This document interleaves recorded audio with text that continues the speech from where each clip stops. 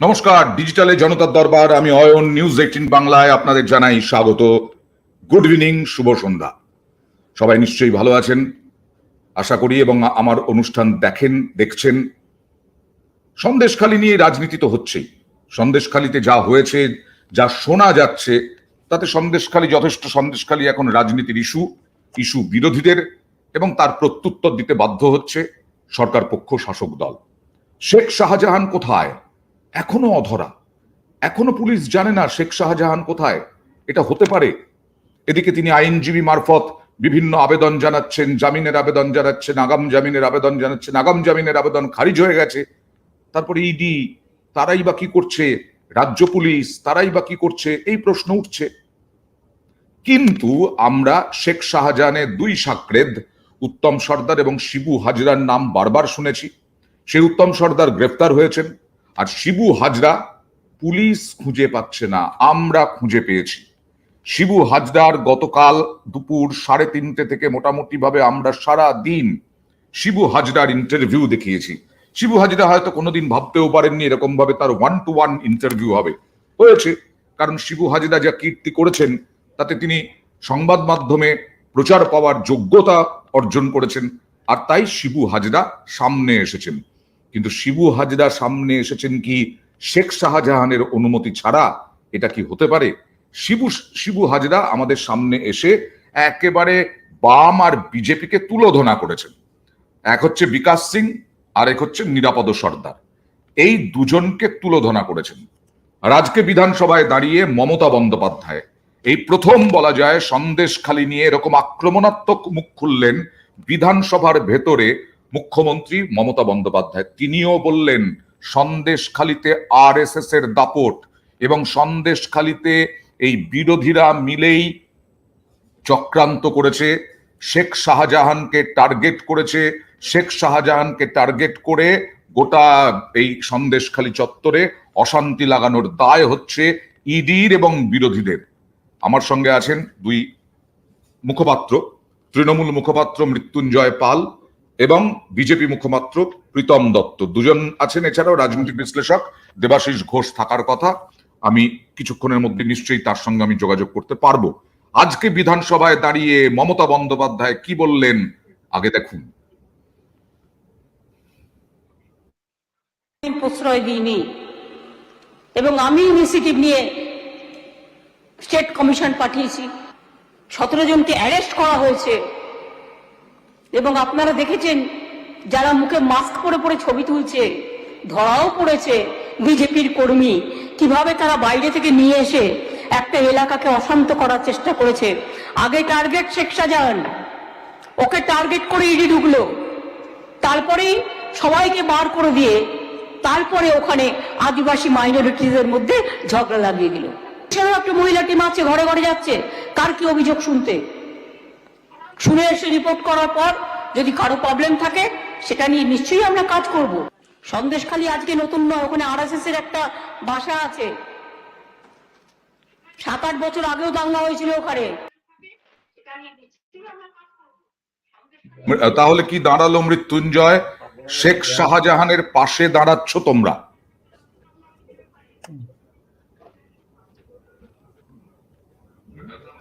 না, শেখ শাহজাহানের পাশে দাঁড়ানোর কোনো ব্যাপার না। ব্যাপারটা হলো যে আমরা এক পরিষ্কার বলছি যে আমাদের সমস্ত নেতৃত্ব বলেছে, মুখপাত্ররা বলেছে যে প্রশাসনের মতো ব্যবস্থা নেই। শেখ শাহজাহানের বিরুদ্ধে কমপ্লেন রেজিস্টার্ড হয়েছে। শেখ শাহজাহানকে আমরাও বলছি পুলিশ খুঁজে বার করুক। এবার শেখ শাহজাহানকে আপনি বলতে পারেন যে তিনি কেন আদালতে যাচ্ছেন, হলফনামা, মানে আদালতে যাওয়ার জন্য তার আইনজীবী মারফত হলফনামায় সই করছে। হলফনামায় সই করা বা আদালতে যাওয়া সেটা তার আইনি অধিকার, তার 100% আছে। এরকম বহু নথি আছে যে যারা মানে অ্যাবসকন্ডেড থাকাকালীন তারা মানে অগ্রিম জামিনের আবেদন করেছে। তো এরকম তো হতেই পারে, এরকম তো না হওয়ার কোনো কারণ নেই। কিন্তু যারা সন্দেশখালীকে অশান্ত করার চেষ্টা করছে, যারা রোজ নাটক করছে, গতকাল আমরা দেখেছি সুকান্ত মজুমদারের ভিডিও, তিনি সন্দেশখালীতে যাওয়ার সময় ওইখানে যেইভাবে নিজের দলের কর্মী তার হাত ধরে টেনে, পুলিশের হাত ধরে টেনে তার লাইভ করা ভিডিওতে দেখা। মৃত্যুঞ্জয়ের নেটওয়ার্ক প্রবলেম হচ্ছে, আমি আসবো। শিবু হাজরা গতকাল কি বলেছিলেন? শিবু হাজরা গতকাল কি বলেছিলেন একবার দেখাই। সন্দেশখালী কনস্পিরেসি কিভাবে হয়েছিল দেখানোর পরে আমি প্রীতমের কাছে আসব। পদশ্রদ্ধা বিজেপির বিকাশ সিং যৌথভাবে একটা পরিকল্পনা করে কিছু মানুষকে তাতিয়ে দিয়েছে যাতে এলাকা উত্তপ্ত হয়। মানুষ আমাদের পাশে আছে। সন্দেশখালীতে মানুষ শান্তিপ্রিয় মানুষ।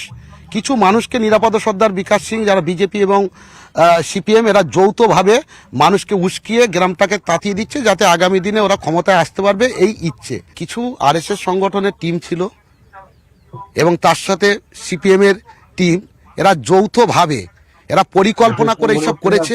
ইডির যখন আসে তারপর থেকে এরা একটা গোপনে এইসব পরিকল্পনা করে ভিতরে ভিতরে আরএসএস এর টিম, সিপিএম এর একটা বাইরের থেকে টিম এসে এদের একটা ক্লাস করিয়েছে। বিশেষ করে নিরাপদ সর্দার আপনাকে বলি বিকাশ সিং, এরা খুব ট্রেনিং প্রাপ্ত। আবার এসছেন আমার সঙ্গে মৃত্যুঞ্জয়ের শেষ করি, তারপরে প্রীতমের কাছে আসবো। আমার প্রশ্ন হচ্ছে অন্য। আমার প্রশ্ন হচ্ছে সবার অধিকার আছে, নিশ্চয়ই সবার অধিকার আছে আদালতে যাওয়ার, আগাম জামিন নেওয়ার, কিন্তু আমার একটাই প্রশ্ন, আজকে শিবু হাজরা যখন ইন্টারভিউ দিচ্ছেন তখন আমাদের কোথায় লোকেশন, কোথায় তিনি আছেন জানানোর কথা নয়, জানাতে বারণ করা হয়েছে। শেখ শাহজাহান কোথায় আছেন কেউ জানে না। লুকো ছাপাটা কেন তাহলে? সিপিআইএম বিজেপির চক্রান্তে এত বড় চক্রান্ত হয়ে গেল যে শিবু হাজরাকে লুকিয়ে থাকতে হচ্ছে, শেখ শাহজাহানকে লুকিয়ে থাকতে হচ্ছে। মৃত্যুঞ্জয় আর আমার সঙ্গে দেবাশিস ঘোষ এসে উপস্থিত হয়েছেন। হ্যাঁ মৃত্যুঞ্জয়, শোনা যাচ্ছে? অবশ্যই শোনা যাচ্ছে। হ্যাঁ ধন্যবাদ। হ্যাঁ বলছি যে অয়নদা, শিবু হাজরা এরকম ইন্টারভিউ দিয়েছে, আমরা বাম আমলে এরকম কিষেনজিকেও এরকম ইন্টারভিউ দিতে দেখেছি, বা বীরাপ্প পান্ডা দিয়েছে। সংবাদ মাধ্যমের এটা কাজ, এটা সংবাদ মাধ্যম আমরা দেখেছি বিভিন্ন জায়গায় বিভিন্ন অপরাধীদের এরকম ইন্টারভিউ কিষেনজির সঙ্গে তুলনা করছো, বীরাপ্পানের সঙ্গে তুলনা করছো, শিবু হাজরা শেখ শাহজাহানের, তাদেরকে তোমরা দলে নিচ্ছ না? এটা তো আপনার না, একদমই নয়। আমি বলছি যে এরকম সংবাদ মাধ্যমে অভিযুক্তরা সংবাদ মাধ্যমের কাছে এসে মুখ খুলেছে, কিন্তু পুলিশ পরে খুঁজে পেয়েছে। আজকে আপনার সাথে আমি এখন কথা বলছি, এই 1 ঘন্টা পরে শিবু হাজরা অ্যারেস্ট হবে না, এইটা কিন্তু আমরা তো বলতে 1 ঘন্টার মতো অ্যারেস্ট হতে পারে। তো শিবু হাজরাকে অ্যারেস্ট করার জন্য প্রশাসন ব্যবস্থা নিচ্ছে, কিন্তু যারা রোজ নাটক করার জন্য, যেমন স্ট্রাইকাররা দেখবেন একটা গোলের সময় স্ট্রাইকাররা বডি কন্টাক্ট হচ্ছে না, কিন্তু সামনে পড়ে যাচ্ছে, গোল নেওয়ার জন্য পেনাল্টি নেওয়ার জন্য প্লে অ্যাক্টিং করছে। রেফারি সামনে থাকলে যেমন ইয়েলো কার্ড দেখায়, কালকেই বিজেপির সুকান্ত মজুমদার তাকে তার দলেরই মহিলা হাত ধরে টেনে ফেলে দিয়েছে, আমরা দেখতে পেরেছি, কিন্তু তার নিজের লাইভ স্ট্রিমের ভিডিওতে কিন্তু বাংলার মানুষ যেটা পরিষ্কার দেখতে পেরেছে এবং তাকে ইয়েলো কার্ড দেখিয়েছে। সন্দেশখালী নিয়ে নাটক করছে প্রীতমরা। প্রীতম, আজকে শুভেন্দু অধিকারী অবশ্য নিজে বলেছেন কোন রকম অশান্তির মধ্যে আমি যাব না, তাই 4 জন বিধায়ক নিয়ে সন্দেশখালীতে যাওয়ার চেষ্টা করেছিলেন, কিন্তু সেখানেও তাদেরকে আটকে দেওয়া হয়। 4 জন, তা সত্ত্বেও আটকে দেওয়া হয়, কারণ একবারে এসডিপিওর পক্ষ থেকে বলা হয় যে তিনি যদি একাও যান তাহলে এত গ্যাদারিং হবে, তাতে 144 ধারা ব্যাহত হবে। দাদা, এই নাটকটা পুরোটাই করছেন মমতা ব্যানার্জি নিজে স্বয়ং। উনি মমতা না, নির্মমতা। উনি আজকে বাংলার মেয়েদের বাঘের মুখে ফেলে দিয়েছেন। আজকে কোন রাস্তা না দেখে যদি এখন পুলিশ রাজধর্ম পালন করতো, তাহলে আজকে এই পরিস্থিতি তৈরি হতো না বাংলায়। আজকে এই পরিস্থিতি তৈরি হয়েছে মমতা ব্যানার্জি নিজের জন্য। আমরা দেখেছি তো এই শাহজাহানের বাড়িতে আমফান, তা বিভিন্ন যে জায়গার ত্রিপল গুলো এসছে, খাবার গুলো এসছে, যেগুলো ওনার বাড়িতে মজুদ আছে। ওনার বাড়িতে কিসে তদন্ত করতে গেছে? মানুষের চাল চুরি করে নিয়েছে। মানুষের যে প্রাপ্যটা যে নরেন্দ্র মোদীজি পাঠাচ্ছেন ফুড সিকিউরিটি সেন্টার থেকে আসছে, সেটা উনি চুরি করে নিয়েছেন। চুরি করার জন্য সে কোটি কোটি টাকা সাইফুল করেছেন। এবং এর আগেও আমাদের প্রদীপ মন্ডল বলে একজন আমাদের কার্যকর্তা সমেত 5 জন ওখানে মার্ডার হয়েছে, এখনো 2টো বডি খুঁজে পাওয়া যায়নি। তো এইটা ওখানকার সন্দেশখালীটা একদম আমাদের নোয়াখালীর কথা মনে পড়াচ্ছে, যে আগে বহিরাগত কিছু আসবে, তারপর তারা ল্যান্ড গ্র্যাবিং করা শুরু করবে, তারপর তারা আস্তে আস্তে ঘরে ঢুকবে, তারপর মা বোনদের হাত দেবে, তারপর সেখান থেকে বাধ্য হবে পালিয়ে আসতে। আমি আরেকটা জিনিস তোমাকে নজরে আনি, কালকে তোমাদের নিউজ 18-এ একটা খবর সম্প্রচার হয় যে ওখানে নাকি এনসিডব্লিউ কোনো রকম কোনো সেক্সুয়ালিটি বা কোনো রকম কোনো মলেস্টেশনের কোনো অভিযোগ পাইনি। তারপর এটা তোমরা দেখিয়েছো, কেউ একজন বলেছে, এরপরে এনসিডব্লিউ টুইট করে জানিয়ে, অফিসিয়াল টুইট করে জানিয়েছে। সেটা কি তোমরা দেখিয়েছো দাদা?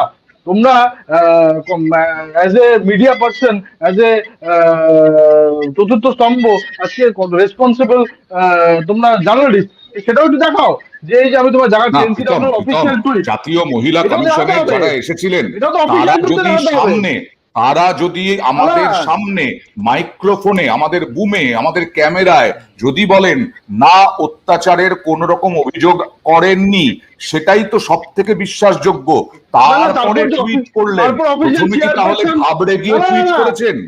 না না, প্রথম কথা হচ্ছে ওনার ওখান থেকে বেরিয়ে গিয়ে অফিসিয়াল প্রসেস থাকার পর তারপর সেই প্রসেস গুলো হয়, আপনারা তখনই ধরেছেন। আপনারা ওখান থেকে এসেছেন, কি বলতে কি বুঝেছেন, আপনাদের কি জবাব করেছে আপনার পরিষ্কার reporter, বক্তব্য সেগুলো আছে, জানি না। কিন্তু পরিষ্কার বক্তব্য এখন তো না, শুনিয়েছি, এখন মোদ্দা বক্তব্য কথা হচ্ছে, শুনিয়েছি। এখন তো এনসিডব্লিউ তো এখন তো অফিসিয়ালি জানিয়েছে, সেইটা একটু দেখান দর্শকদের। কেন? অফিসিয়াল, ওটাও অফিসিয়াল। অনন্যা, একজন অনন্যা, এত একজন ছুটি কাটলে হবে না না না না না না না না মানুষের প্রীতম, আজকে প্রীতম, না না না না না, মানুষদের আমরা ওরকম ভাবে খবর করি না, আমরা ওরকম খবর করি না। আমরা তাহলে যখন করেন না, তাই এটা দেখান। এই যে টুইটটা না। দেখাচ্ছি তো, অফিসিয়াল টুইটটা দেখান না। দেখাও আপনারা না, দেখান না। তুমি দেখাও, দেখান তুমি না। দেখাও, কিন্তু বিষয়টা হচ্ছে প্রীতম একটু ঠান্ডা মাথায় ভাবো, যে যখন পুলিশ বা যখন জাতীয় মহিলা কমিশন আমি সব বা রাজ্য মেনে নিলাম। মহিলা কমিশন আমি সবটা মেনে যখনই নিলাম। প্রথম আমি সব যখন মেনে নিলাম। বাইকটা দিচ্ছেন, দাদা, তখনই আমরা সব সেটা মেনে হয় নিলাম। সরকারি আরে বাইক। বাবা, সব মেনে নিলাম। তারপরে তো টুইটটা হয়েছে,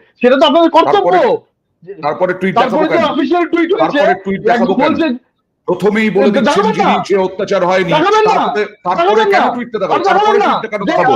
ওখানে সেক্সুয়াল এবং মনিটাইজেশন হয়েছে, আপনি দেখানোর দায়িত্ব নেই আপনাদের। আপনি একটা বলে দিয়েছেন, কে একজন এসে প্রশ্ন করেছে, উনি বলে দিয়েছেন, যে ভুল বলতে পারেন, অফিসিয়ালও দেখাবেন। ও। ওনার একটা বক্তব্য কি দাম আচ্ছা, আছে?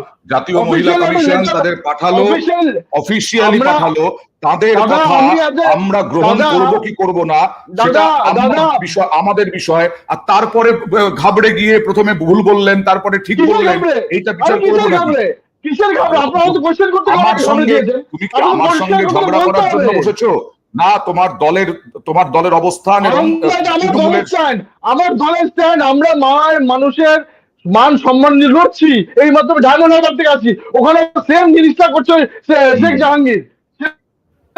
আচ্ছা আচ্ছা, আমি তোমাকে একটা প্রশ্ন করি। আমি তোমাকে একটা প্রশ্ন করি।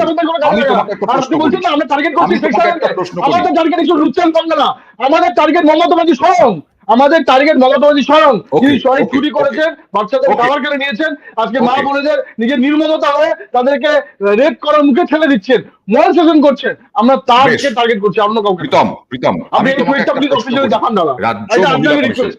নিশ্চয়ই দেখাবো। রাজ্য মহিলা কমিশন যদি যায়, সেখানে গিয়ে যদি বলে যে হ্যাঁ মহিলাদের ওপর অত্যাচার হয়েছে, তারপরে যদি রাজ্য মহিলা কমিশন টুইট করে যে না ওখানে কোনো অত্যাচার হয়নি, তখন তোমরা মেনে নিতে তো? না, তখন বলতে টুইটটাই আগে নয়, আগে হচ্ছে ওই অফিসিয়াল মানা হয়। এই টুইট গুলোকে আমরা অফিসিয়াল মানি, যেখান থেকে হেড অফিস থেকে অফিসিয়ালি জানাচ্ছে যে এটা হয়েছে। যেটা আমাদেরকে বাইট দেয়, আমাদেরকে ইন্ডিভিজুয়াল নয়, দুজন প্রতিনিধি এসেছিলেন, দুজনের মধ্যে একজন যার বলার কথা অবশ্যই অফিসিয়ালি বলার কথা, তিনি বলেছেন। দেশবাসীদের জন্য মমতা বন্দ্যোপাধ্যায়ের বক্তব্যটা আরেকবার দেখাতে বলবো। মমতা বন্দ্যোপাধ্যায় আজকে কিভাবে টার্গেট করেছেন দেখুন।